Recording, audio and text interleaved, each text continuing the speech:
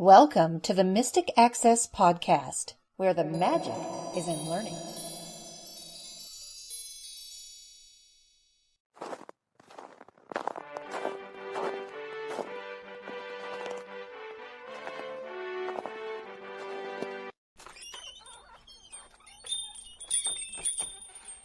Hello, everybody, and welcome to the December 15th episode of the Mystic Access Podcast. She's Kim. He's Chris. And it's close to Christmas time. It's close to Christmas time. Hanukkah's in full swing. Christmas is coming.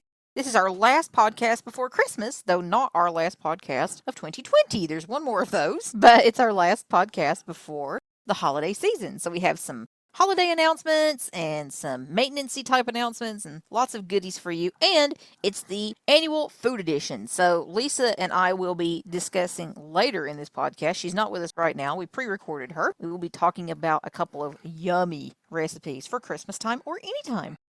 First of all, I wanted to thank Brittany and Helen and Charlotte for joining us for the last couple of episodes, as well as Cassell Wilson from National Braille Press. Yes, we had a lot of fun talking to all of them. It's always a fun time to have folks in the castle, and we really hope that all of them have given you some fun Christmassy or holiday-ish ideas, however you are celebrating this year. And if you didn't check those out, definitely go back to our last couple podcast episodes. We're very proud of them, and we hope you can find some goodies for your holiday season, or perhaps an I owe you, I love you, sorry it's late gift if you're listening right now. Yeah, as everybody knows, and if you're not living under a rock, you probably do know, that mail service is extremely slow this time of the year. So usually we say we can guarantee if you order by a certain date, we're not even going to go there. We're not even going there this year. Between COVID and just general holiday craziness, but with COVID on top of it, things are insane. They're worse than normal this year. They are. And that says something. Right. Pretty much every package that I sent out in the past week is running late, and there's nothing that can be done about it. We have to wait for the congestion of the United States Postal Service to decongest. Yeah, I mean, people are doing the best they can, and we're really, really sorry if you get something not on time, but there's really not a lot we can do. Once it leaves our hands, we really can't do much about it, and that's just kind of the unfortunate part of the situation. Even if you make a priority order, and we say it can be there between, 1 and 3 days or something for priority generally, we can't guarantee that at this time of the year. Right. Nobody can guarantee it. Nobody can guarantee it. So it's just one of those unfortunate things. If you're trying to get things on time at this stage in the game, we can't guarantee. We just don't know what's going to happen. I had a package coming from Minnesota earlier last week, and it left on the 2nd or something, and I got it on Friday, which was the 11th. So that's just not normal. That just doesn't happen. I mean, I'm not that close to Minnesota, but still, it's more or less on this end of the country. It's not like it was coming from California. I have a package in California that was shipped a week ago, and it's still sitting in a Santa Clarita fulfillment center or distribution center, whatever they're called. Yeah. Distribution center. Yeah. Distribution center.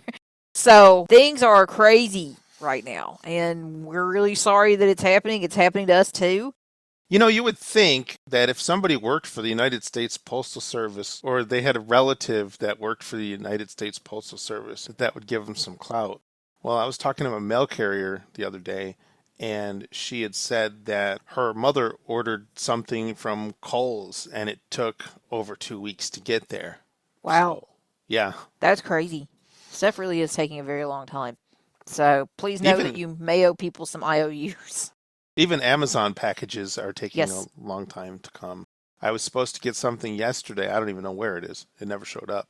And if you look on your delivery statuses, many of them say running late or delivering late or whatever that's actually called. This package is in transit, but it is currently running late. And it doesn't even necessarily tell you where it is in transit, so you're even more confused going, wait, where is my package exactly? I got most of my mom's Christmas gifts already, and I'm really grateful for that. I'm waiting for one more, and it's coming from California and LA, and I'm terrified going, please get here, because y'all know I'm far away from LA, so I hope it gets here on time. This is really, we're recording this on the Sunday before the podcast comes out, so we're recording on the 13th, and if you haven't ordered by now, there's really no way you can guarantee Christmas delivery. I mean, this is kind of the last day, the 13th, that I feel comfortable ordering, and I've got to place an order today for last minute things, but if you're ordering now, it may be a New Year's present. That's just unfortunately, how things are shaping up. Exactly. But we still have downloads, we still have gift cards, so those kinds of things, if you want the immediate thing and your person wants one of our tutorials, perhaps our new Windows 10 tutorial that is finally out. Finally! Yay! It's 11 hours and 15 minutes of constant content. We hope you guys enjoy it because we have really just been hard at work making this come together, and we're very pleased with how it turned out. We really hope you get a lot out of it. We knew it was going to be a behemoth, but it's even bigger than we thought it was going to be. We would like to thank everybody who pre-ordered for please, yes, absolutely. You guys make this kind of stuff possible, really. Speaking of pre-ordering, well, not really speaking of pre-ordering, the Windows 10 tutorial, as we suggested, is out. It is ready for anybody who wants to purchase it. And those that have already purchased it have gotten their downloads or should get their downloads. They'll be hanging out in their account. The other thing that is going to be out by the time you listen to this podcast, and that is our Elegiant Bluetooth transmitter receiver, and we're really happy with this product. It has a physical on-off switch. When we had talked about transmitters and receivers when our last one kind of was no longer available, we decided that we weren't going to do it. But so many people contacted us and says, "Are you going to have a Bluetooth transmitter?" And we said, "Oh, I don't know." Then we went and looked, because what it is you have to vet the stuff. There are times when you buy like 5 or 6 different brands just to see which one is the most usable for the clientele that you're dealing with. And that's the thing. You can't necessarily read the Amazon reviews and they have 4.5 stars, but you don't know if it's going to work if you aren't cited. So you have to make sure that at least it's reliable and stable enough for you to figure out how to make it work, how to find a strategy to make it work properly for you guys and for us as users. So that's why vetting it is such a necessity for us. We can't just take other people's word for it. Right.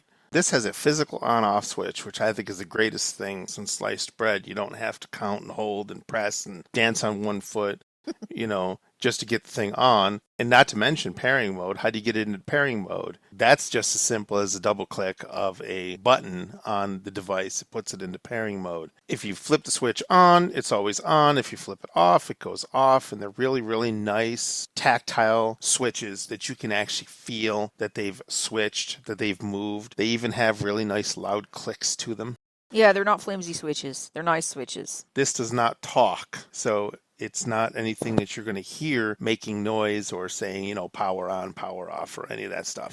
It doesn't talk, it doesn't make noise. So having the physical switch is really, really nice. And then having that pairing button that you double press, that makes it a heck of a nice little device as well.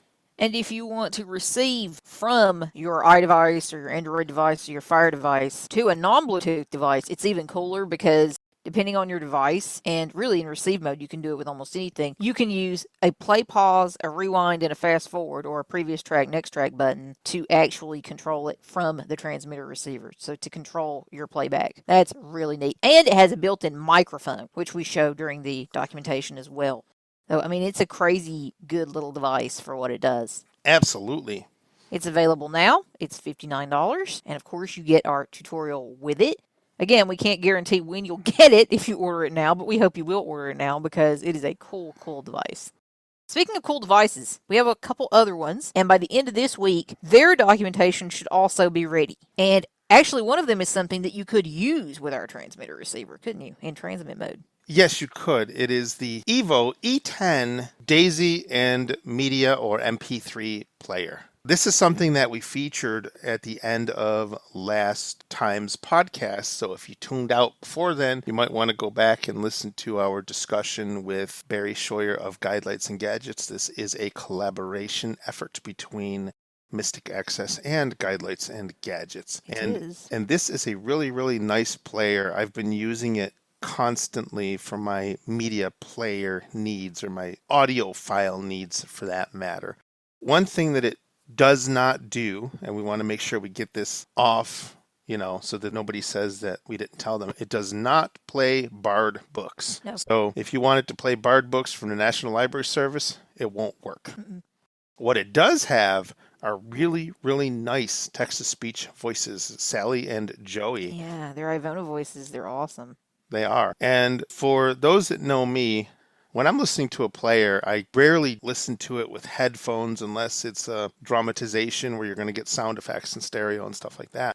So the speaker on this player is quite nice. You can't do Bard. You also can't do Audible unless you do some things that we aren't going to recommend you do. For legal reasons, that's a bad idea for us to tell you to do things like that. So, yeah, Audible books are kind of a no-no. Bard books are kind of a no-no. You can, if you choose to, though, manually download Bookshare books into it. And we'll be showing all this in the tutorial, so don't worry about that. We are doing a very comprehensive tutorial on the product. Chris, you said this actually replaced your player that you'd been using for years? Yeah, my Plex Talk. I have a Plex Talk Pocket and Bookport Plus, same type of deal. And I just like this one better. There are things that I see on this player that it doesn't have that I miss from the Plex Talk. But I really like the voices. I really like the speaker. I like carrying it around. I like the controls. The controls are very, very nice tactile buttons. They're just totally in your face. There's nothing, they're not flush with the player, except the power button is actually flush with the player. But the rest of the buttons are not flush with the player. They stick out quite nicely. They're very tactile.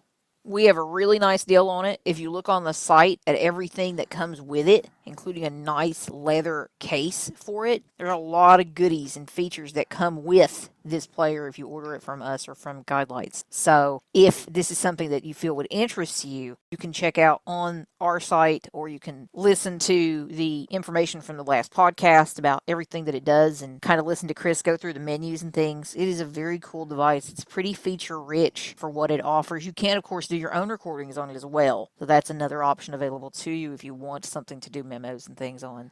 And we're offering it for $225. $225 plus shipping. And yeah, this is one that, because of the collaborative nature of it, we are not including shipping for free on it. It's the way we ended up hammering this out. Right. It's been about $5 in shipping because of our real-time rates calculation. Yep. It's about $4.50, I think, somewhere around there. So it's not bad at all. No, Don't worry about that piece. And speaking of shipping, we do not have them in stock. Barry is actually going to be the one who ships them. We decided this time there was no point for him to ship us product and then us basically double ship it to you. It didn't really make sense. So Barry will actually be shipping out the players, just so you guys are aware. So they'll be coming from Myrtle Beach, just so you know. So that kind of orients to where you are in the country. That's in South Carolina, for those who aren't familiar. You will be receiving your player. And I think, Chris, am I correct in that they will get all our fancy schmancy emails the way we've got this set up? Yes. So you'll still get all the emails you've come to know and expect from us in terms of your shipping. We just don't know when your product will be shipped. I know Barry and Kay will ship ASAP to you guys. Right, exactly.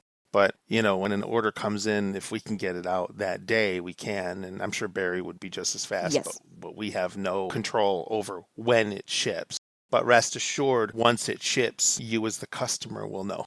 Now, speaking of things that will be shipping soon or will be available to ship soon, is the other product that you could, I suppose, potentially use with our transmitter receiver. Although, unlike the Evo, it does have Bluetooth built in. This is a set of Bluetooth 5.0 on-ear or possibly over-ear, depending on the size of your ear, really. I might even say they're slightly over the ear, though. I don't know. I think they're classified as over the ear. I think they might be classified as over the ear. You could be correct about that. These are by Anchor. They're in their Soundcore line of headphones. They're 5.0, and they're called the Life Q20 headphones. We're doing documentation on this. We're offering these to you. They have speech prompts, they have sound prompts, and they sound like they should cost about 5 times more than they do. We're very impressed with them overall. I did a side-by-side test comparison between them and my Bose Quiet Comfort. They're 35s, aren't they? I believe That's so. the brand that we have, or the type that we have. And the difference is there in terms of both the feel of the headphone and the sound, but it is negligible for most people. And I think you guys are going to be really impressed with these headphones. Really anxious to show them to you. They have incredible battery life. I think it's like 40 hours if you use it on the highest modes, like with your bass boost on and with your noise canceling on, and then it goes up from there. You will hear audible prompts as to your battery status on these. It is just a really super nice pair of headphones. We hoped to get it out sooner than this, and it just didn't work out. Things ate up our time. But they will be available sometime next week for you to order. So as a late holiday present, as a New Year's present to yourself or to someone you love, these things will be an awesome, awesome experience, I think, for you. They could also be a goodbye 2020 present Oh, for yeah, yourself. totally. We should all be buying ourselves goodbye 2020 presents for sure. So those will be available, and they'll be available by the end of the week, I'm sure. So by, say, end of day the 18th. And speaking of end of day the 18th, we will close doors for business end of day the 18th. So if you have questions after the 18th, we're going to be closed, but please feel free to drop us email if you need your question answered immediately. If you are having significant amounts of trouble placing an order, we'll do our best. We can't guarantee you anything, but we will do our best to at least answer email every now and again between the beginning of the holiday break and January 4th when we return to work. But we're not going to guarantee you guys anything. So if you have an emergency, if something comes up, definitely email us. Emailing is definitely the best way to get with us between the 18th end of day and the 4th of January, which is a Monday, of course.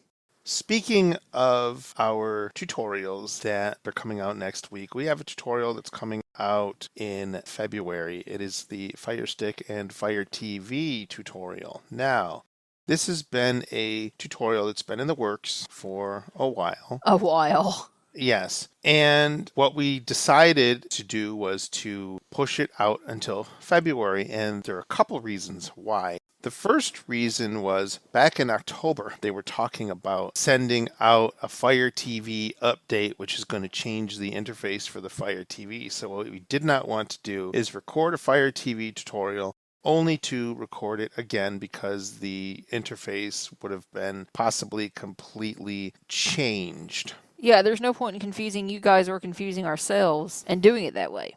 It's pointless. We want to get you the most accurate information that you can get, and if we have to redo it, obviously that's not happening. So the other reason why we decided to push it out is that Kim, this is another present that I gave Kim. There are advantages that come with this job. Sometimes. The present, if you will, it's not really a present, but it is a 32-inch Toshiba Fire TV, and this is a TV with Fire OS built right in. And we wanted to show that because, yes, Fire Stick and Fire TV are kind of nice, but if you are in the market for a new TV, you might want to consider something that has the Fire OS, so it's a completely talking TV, which is really nice. And this way, not only can I show you the stuff that you'll find in your Fire TV, those of you who actually get Fire TV editions, I can show you that piece as well. And I'll definitely be sure to distinguish in the tutorial which is which. This is a really cool thing. It actually allows me to expand on the tutorial, and it also allows me to show you more features, and I get a cool new TV. You know, it's all good.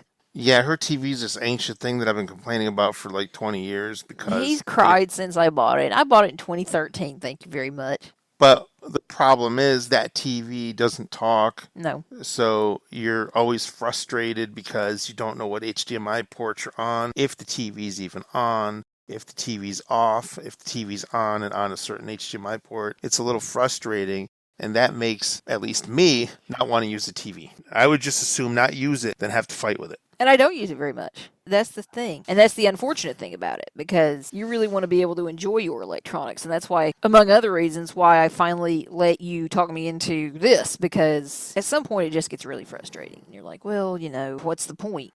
The TV itself, guys, is $129 for It's insane. For a 32-inch TV is insane. It is insane.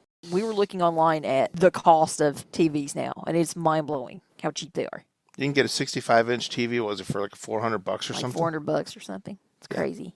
And of course, those are the lower end TVs. We're not talking about the ones that are a couple few $1,000, the high end stuff. But it's just amazing that you can get a TV for that size for that price. Absolutely. Who knew? I remember the days when a 32-inch or a 43-inch were like $600. I do too. About 4 or 5 years ago, my mother and I went to a local electronics shop. I think it was Best Buy at the time. And she picked up a 32-inch TV, and it was close to $400. Wow. So just because we can't be there or won't be possibly answering calls or emails after the 18th, we have a surprise for you. And that is a coupon until the end of the year. So it expires on New Year's Eve So the last day is New Year's Eve. It expires on the 1st of January. This is a coupon that gives you 10% off of almost everything, and there are some restrictions, such as the newly announced player. Yep, and the blind shell. Those won't work. Exactly. But generally speaking, it's 10% off everything. It's available now. And if you read the site, you may not even have to type it in, because if you look on the cart when you're placing something into your cart, or if you're looking on the checkout, you can see it. So it's in the cart and the checkout? It's in the cart and the checkout. So you can actually activate it. You can press enter on it to activate it, and it will actually add the coupon code to your order. So you don't even have to type it in. But it is called Snowflake, and it does show up on the checkout and the cart pages. So that's one word, Snowflake, and that will save you 10% more or less site-wide. Gift cards, of course, you don't get 10% off those either. Sorry. But for the most part, it will save you. So if you want to gift a download, for instance, to someone, you can certainly do that, and that will save you some money. Or if you were one of those people who were really late to the party and wanted to pre-order yourself a transmitter receiver or a Windows 10 tutorial, you'll save on those too. Yep. So speaking of gifts, I think you and I might have gotten some cool Christmas gifts. I suppose so. You suppose so? Mm-hmm. Perhaps from one another for Christmas? Yes, yeah. What geeky Christmas gift would you like to talk to people about? Because we have the COVID, the geek present that I got is, because we have to keep our hands clean and things like that because of COVID and, being sanitized and stuff like that. I got a touchless automatic soap dispenser. This is one of those presents where I said, what do you want? And he said, get me one of these. Find me a good one. Get me one of these. And I said, okay. So this is an automatic soap dispenser, which is really neat. And it comes with a holder. It's basically a bottle. And in the bottle, you got your soap, and then you've got the soap dispenser at the top. And there's a holder, and you can either put it on the counter or you can mount it on the wall. So what you do is, if you want to mount it on the wall, on the back of the holder, there's two-sided sticky tape that you peel off. And then you obviously clean the wall that you're going to put it on. That's what you really should do with all the two-sided sticky tape things that you mount to your wall. You just make sure that all the stuff is off the wall. And then you would just press it up against the wall and let it stick. And now you have an automatic soap dispenser, and it's touchless. So you don't even have to touch it. You put your hand under it and it squirts out a little bit of soap. And if you want to do it again, you just move your hand away and put your hand back under. You get another little spurt of soap, and then you can wash your hands. Kind of the cool thing about this one is that there's a button on the top that you can turn it off if you need to for whatever reason. I'm not sure why you would. It's not like if you walk by it, it's not going to start splurting out soap. It has to be, your hand has to be under the dispenser in order for it to dispense the soap. But you can turn it off. On the back of it, there is a USB port that is covered by a piece of rubber, and you charge this thing using USB, and it lasts 3 months per charge, which is really cool. So you just pull the bottle off the holder, plug it into the wall, charge it for a couple of hours, put the bottle back, and it works nice. That's cool. I know. A soap dispenser, right? There you go. Yeah, well, I didn't know what to get you, so I let you decide on your own geek gift. I always look for, food presents and things like that for you, because you always like those, but this time you got a soap dispenser. And I got you to take all the stress out of the day. What did I get you? You did. You got me a shiatsu massager, which is awesome. It is a really cool thing. It's made out of kind of a suede-ish material on the back, so it's really nice and smooth. Then on the other side, it's kind of got some padding, and this is where your massager will go up against whatever part of your body you want to massage. It's got 4 little, I don't really know how you describe them. 2 are larger and 2 are smaller. They're like round circular pieces, like little round balls, but they're flat on top. Especially the larger 2 are flatter on top than the smaller 2. But they're meant to simulate the motion of fingers pressing into your body. And these are padded, so you don't feel them directly against you, so you don't have to worry about that part of it. They are not soft, certainly, when you lean into them or when they're leaning against your body, but they are padded a bit, so you don't feel their full impact.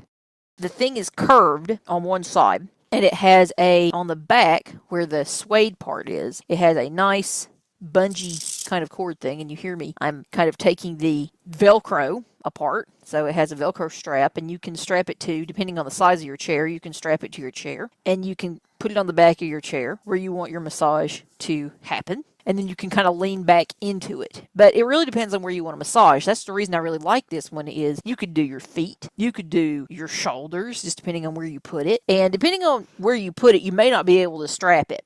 So you're going to have to find a different way to perhaps anchor it where you want to go. But what I like about this is it has multiple speeds. It has a heat option, but you don't have to use heat. And it also has 2 ways of doing the massage itself. On either side of the top, and the top is the curved piece, there's kind of a curved top piece. On either side of that, where the curve comes up on either end, kind of curves to the corners, there are 2 buttons, and they're rubber buttons, and there's 2 on either side of the massage unit. On the left-hand side is the on-off button, and I actually just turned it on, and you won't be able to hear it because one of the nice things about it is very, very low in terms of the sound quality. So you can not have to worry about disturbing anybody. If somebody's sleeping next to you, they might hear it, but generally speaking, you don't have to worry about that. There's the on-off button, and then closer to the corner is the button that changes the position of the little fingers, as it were, or the little balls, how they move around. So you can change it. You've got 2 different ways to make that happen. They'll either go forward or you can reverse them. On the right-hand side, you have the heat option, and I think the heat comes on automatically. Mine was feeling kind of warm a second ago. I think I may have just turned the heat off. And then closer to the corner, you have the speed. And you have 3 different speeds. It starts on medium, and then you can change your speed accordingly to where you want it to be. And I'm pretty sure, I'm not going to swear to this, but I'm pretty sure the heat comes on automatically. I'm going to change the heat one again and see if I can tell. But what I really love about this is it is padded, but it is meant to be kind of an intense little massage for you. They do not recommend you do it more than 15 minutes at a time. So 15 minutes a day is really as much as I would do. Or maybe once you get used to it, you could do 15 in the morning, 15 in the evening. Oops, and I just turned it off, which is not what I meant to do. And so when you turn it off, I'm testing something here. Yes, when you turn it off and then turn it back on again, it defaults to specific ways of doing things. So you need to know that kind of going into this. So you may need to change your massage, the pattern of your massage, whether or not you want your heat on, things like that when you turn it back on. And it starts on medium intensity by default, just so you know. I'm still trying to figure out the heat thing. I think the heat comes on automatically. It's a very gentle, lovely heat. It does not get too hot. This thing gives a really great massage. It feels really, really good. I really like the fact that I can use it anywhere on my body that I want, which is super cool. You can use it in bed. If you kind of prop yourself up with a pillow, you can use it, pretty much wherever you want. It does plug into power, so you don't have to worry about using lots of batteries on it. And it has a nice long cord. I don't exactly remember how long the cord is, but it's at least 6 feet, and I think perhaps even longer. I don't suggest laying on it if you're giving yourself a massage that way. I don't think that would feel really, really good. So you're going to feel the real hard plastic of those massage nubs or massage fingers or whatever you want to actually call those. That's just something to know. But this is a really cool device, and it goes off after 15 minutes. So you don't have to worry about that piece either. It'll just go off on its own. Oops, and I just changed the speed. And when you change something, the 15 minutes is still going. Once you start it, that's your 15 minutes. It's not like I changed something and my 15 minutes starts over. That's something else to keep in mind. But I think this will last a really long time. It's got really great reviews on Amazon, and I really like it. I really like it a lot. And I like that it's really portable. It's probably only about 1 foot across and maybe 5 inches in terms of its width. So it's a small thing, and it's really nice. I usually keep mine behind the bed, and I bet you can't hear it because it's really quiet. No, you can't. So while I sit here and continue having my shoulders massaged, and I've literally just put this behind me in the chair, it's not strapped to anything, it's just sitting there, and I'm leaning back against it, and it's giving my shoulders a beautiful, lovely massage right now with heat. Oh, feels so good, feels so good. It's like having somebody pressing their fingers and kneading your shoulders. It's awesome. They can't get both sides of your shoulders like this, but it still feels amazing. So it's getting my shoulder blades and everything. Feels great. But anyway, while I'm doing that, we are going to transition us into our segment with Lisa, where you are going to learn about some really yummy food that you may want to consider for this holiday season, or, as I said, for any time. Now, I'm a little biased, but I think both these recipes would be amazing together or separately for whenever you want to make something delicious for someone you love, including yourself.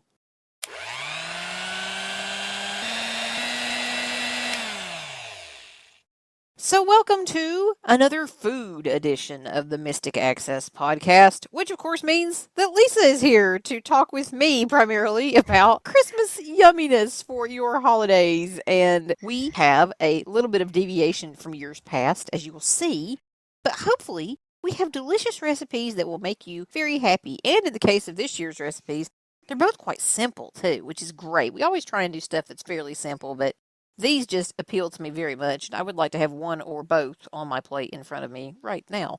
Oh, yeah. And if you are ordering lots of food for the holidays and you're not necessarily cooking, Chris is the guy you want to talk to. Yes, for sure. But he has already said all and done all that along with Kim in their Dinner Delivered book.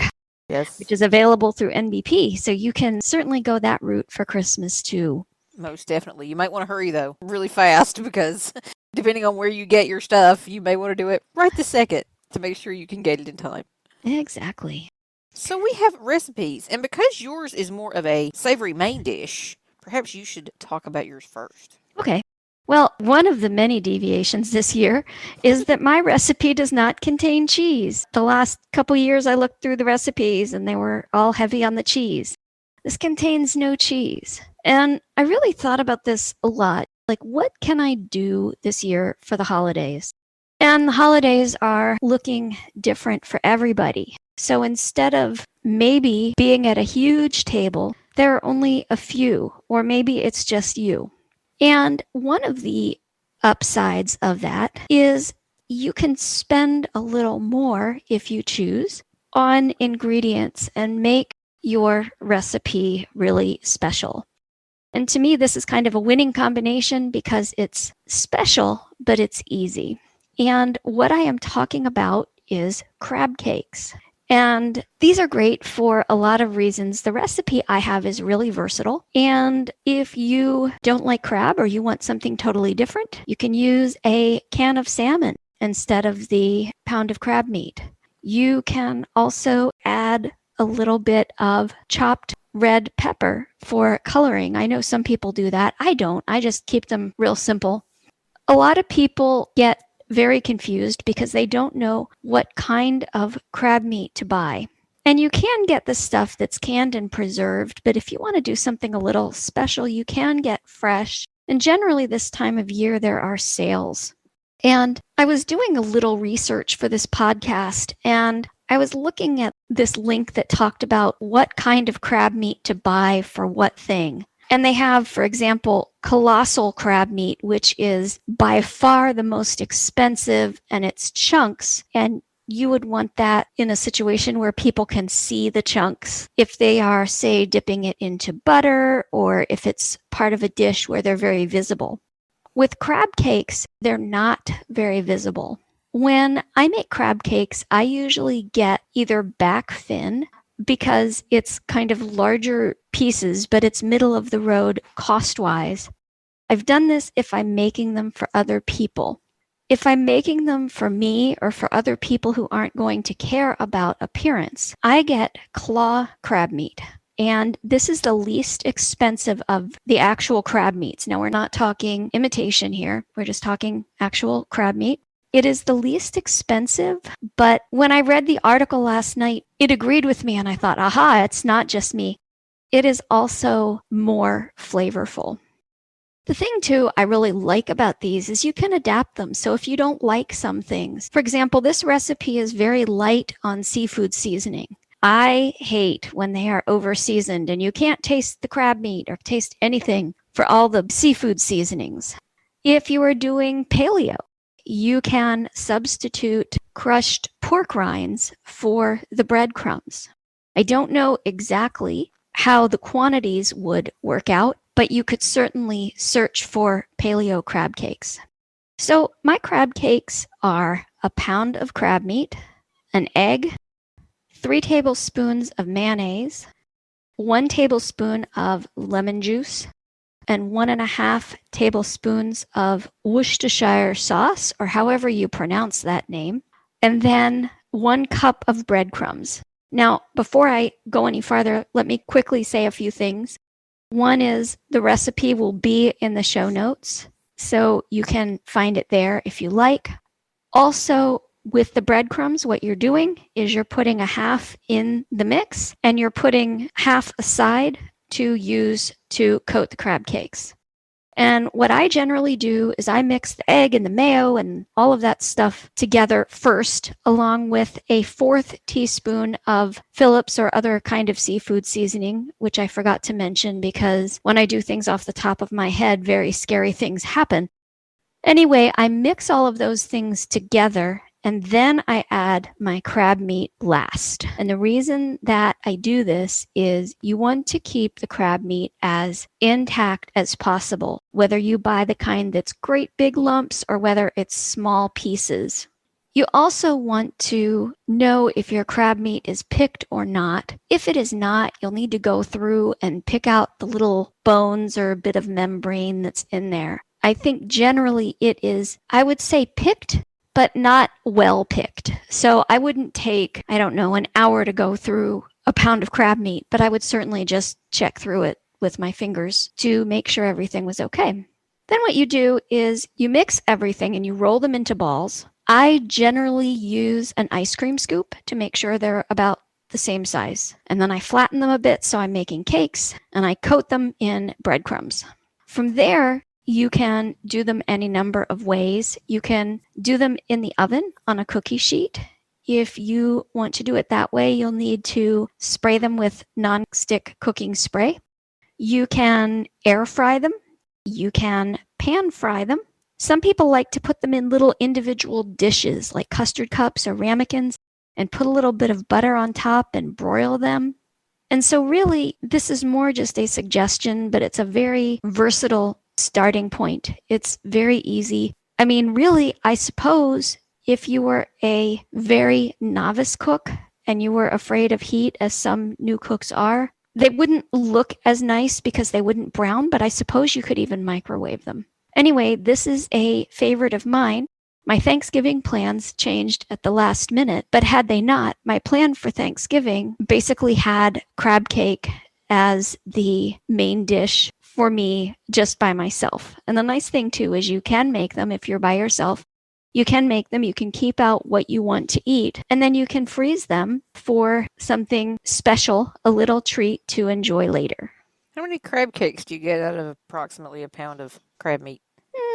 8-ish, 10-ish, I guess. I thought. Yeah.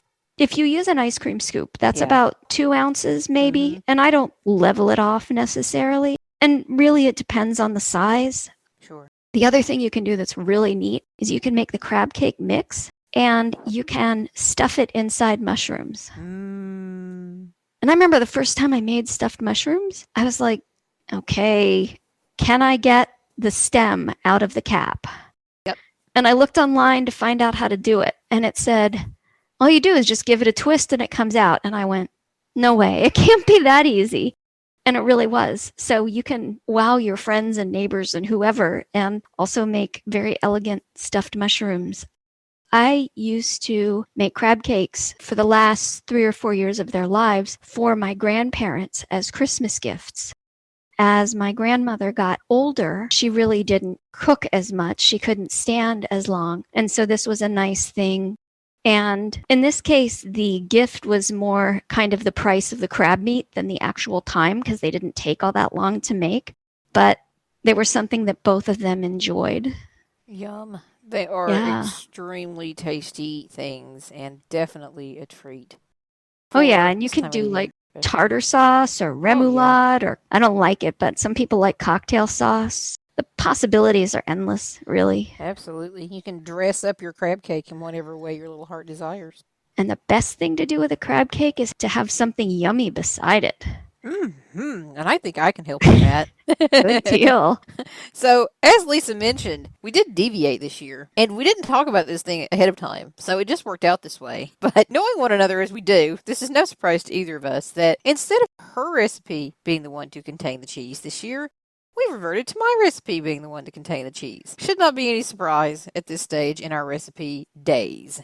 So I have a yummy side dish for your crab cakes, or for pretty much anything else you'd ever want to eat, which is mashed potatoes with cheddar. Now, mashed potatoes are the ultimate comfort food, And 2020, I believe, has been the year that really is calling us to have some incredible comfort food. So when you add cheese to something that is already a comfort dish, can you really get much better than that? I think not. This is very simple and very easy. And I was talking to my mom about it this morning, and she has something that perhaps will make this recipe even better. So I want to try her version of it over the holidays and see just how much better it makes it. But I'll tell you that as we go along. So this is approximately 15 minutes of prep and 30 minutes to make these. So it's very easy, and it's 5 ingredients, which makes it very easy as well. And this makes 8 servings of potatoes. So here's what you need. 3 pounds of potatoes, which are peeled and cubed, about 6 cups. So you're looking at a few larger potatoes there to make that happen for you. You need 1 to 1 1/4 cup of half and half, 3 tablespoons of butter, 1 teaspoon salt, and 3 cups of shredded extra sharp cheddar cheese. Yum, yum. You getting hungry yet? I know I am. So here's what you do. Place your potatoes in a 6-quart stock pot, add water to cover, bring to a boil, reduce heat, and cook uncovered for 15 to 20 minutes or until tender. So you're cooking these uncovered, and while you're doing that, in a small saucepan, you want to heat your cream, so your half and half, your butter, and your salt until your butter's melted, and stir occasionally while you're doing this. So that part's easy peasy. You got that done. When everything has finished, you drain your potatoes and return them to the pot. Then you mash your potatoes, gradually adding your cream mixture, and you stir in your cheese as you are doing this. Now, I don't know about everybody else, but my favorite way to mash potatoes is with a mixer. Oh yeah, hand mixer, mash those things. It is great. You have light, fluffy, delicious potatoes, and it makes just them so yummy and soft and pillowy and scrumptious. And you have beaters. And you have beaters. Yay. Absolutely. Absolutely. Yes. So it just makes everything so much better and so much nicer. And it also saves time, too. Makes your life a little easier. Who cares if I have to wash beaters? I certainly don't. So heck, they're clean enough by the time I'm done with them. Oh, heck yeah. I'll just wash them for sanitary purposes. Totally. But otherwise, Absolutely. they feel clean to me. Yeah, they're clean to me. Yeah, totally. So your potatoes, do you bake them then after that? Or sometimes I know, like with a layer of cheese, they say bake them, but with I don't know. Like, I haven't used this actual recipe. Okay. Because I thought the same thing you did. I thought, yeah, bake these. And I think perhaps you would. Like, maybe I would. Just because of that layer of cheese, right? I mean, I think this doesn't say anything about baking them, but I think with that cheese on there, you might perhaps want to. It might make it easier or might make it tastier, certainly. My mom's version of this recipe also adds cream of mushroom. And, oh yeah, right? That's why I'm saying I really want to try her version this holiday season. Potatoes with its own gravy baked in. Right? Yeah, totally.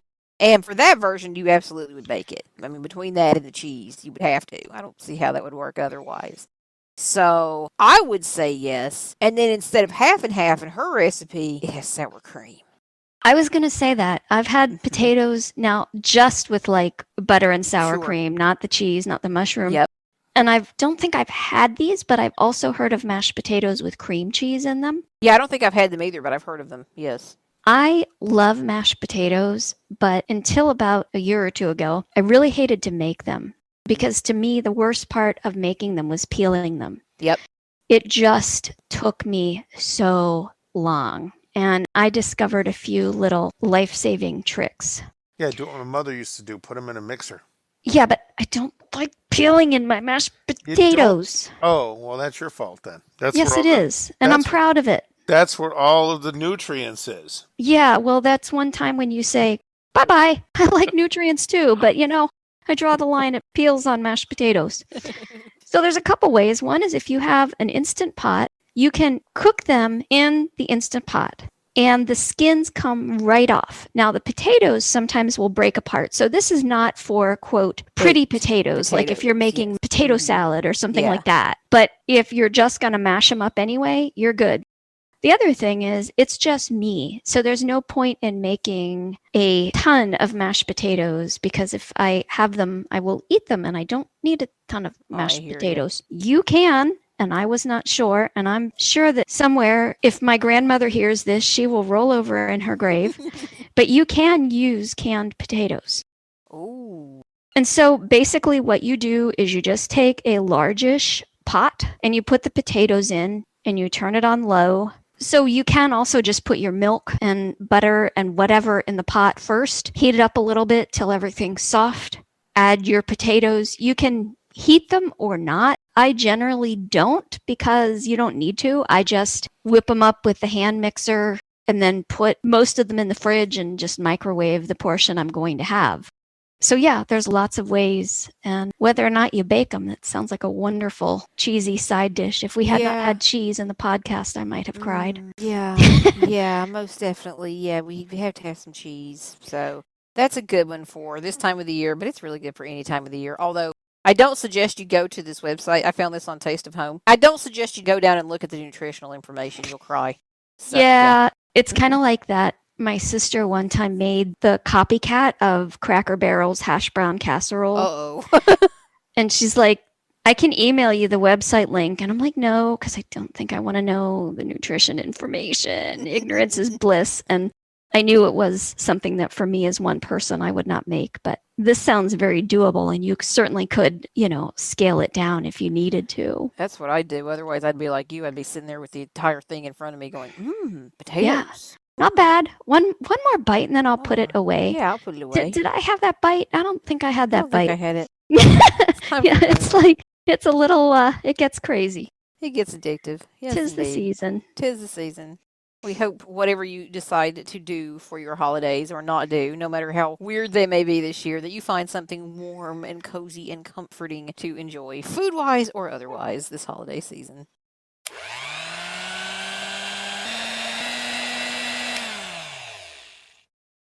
Well, thank you everybody for joining us for this edition of the Mystic Access podcast. And we would love to wish you a very happy, merry everything, Hanukkah, Yule, Christmas, Kwanzaa, and anything else I missed that you may be celebrating this holiday season. Or if you're not celebrating, just stay cozy and safe and hug the people you love. Or not, depending on what is safest for you currently. It's a crazy, crazy situation out there. We will be back one more time before the end of the year. And in the meantime, though, we just wish you very safe, beautiful, wonderful, cozy holidays. Stay safe, everybody. Bye. Bye. The preceding podcast is a presentation of Mystic Access, where the magic is in learning. If you are blind or visually impaired and desire to discover how our comprehensive products and services may support and empower your assistive technology journey, we welcome your visit at www.mysticaccess.com. Have a question or wish to place an order via phone? Call us at 716-543-3323. If you have something to share about this podcast episode, press 4 to reach our Mystic Access podcast comment line. Email us at info@mysticaccess.com. Connect with us on Twitter at twitter.com/mysticaccess and like us on Facebook at facebook.com/mysticaccessempower. Would you like to spread the word about our podcasts? Your friends and colleagues may listen and subscribe at www.mysticaccesspodcast.com. If you enjoy our episodes, consider leaving us an iTunes rating and review. Your comments are greatly appreciated. Thanks for spreading the word, and thanks for being a listener. We hope you enjoyed this episode.